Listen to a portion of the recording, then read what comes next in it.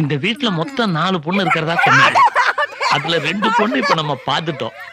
மீதி 2ஐயும் வர சொல்லி பாத்துட்டோம்னா எந்த பொண்ணு பெட்டரா இருக்குதோ அதுல ஒண்ணு செலக்ட் பண்ணிக்கலாம். எப்படி? அவங்க அம்மாவையும் வர சொல்றேன். அவளையும் பார்த்துட்டு அப்புறமா செலக்ட் பண்ணலாம்.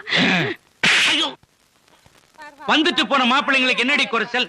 நொண்டியா மொடமா 2 பேரும் கை நிறைய சம்பாதிக்கிறானுங்க. நல்ல பசங்க. இவங்க மாதிரி ஆளுங்களுக்கு பொண்ணு கொடுத்தாதான் கடைசி வரைக்கும் கண்கலகாம காப்பாத்துவாங்க. நமக்கு கட்டுப்பட்டு இருப்பாங்க. நமக்கு கட்டுப்பட்டு இருக்கிறதுக்கு மாப்பிளை பாக்குறதா? பொண்ணுங்க அவளுங்க ஆசைப்பட்ட மாதிரி மாப்பிளை பார்க்க வேண்டாம். இந்த கூலிக்கார பசங்களை கட்டிக்கிட்டு அவளுங்க எப்படி சந்தோஷமா குடும்பம் நடத்துவாளுங்க? ஏன் கூலிக்காரனோட குடும்பம் நடத்த முடியாது? என்ன நீ கட்டிக்கிட்டப்ப நான் என்ன கோடீஸ்வரனா வந்த? கூலிக்காரன் தாண்டி. 25 வருஷம் என் கூட குடும்பம் நடத்தல, 4-5 பிள்ளைகளை பெத்துக்கல, வீடு வாசல் வாங்கலையா? வரும்போதே எவனும் கோடீஸ்வரன் இல்லடி. அவங்க காலம் வேற, எங்க காலம் வேற. அம்மா படிக்காதவங்க, உங்களை கட்டிக்கிட்டு எப்படியோ வாழ்ந்துட்டாங்க.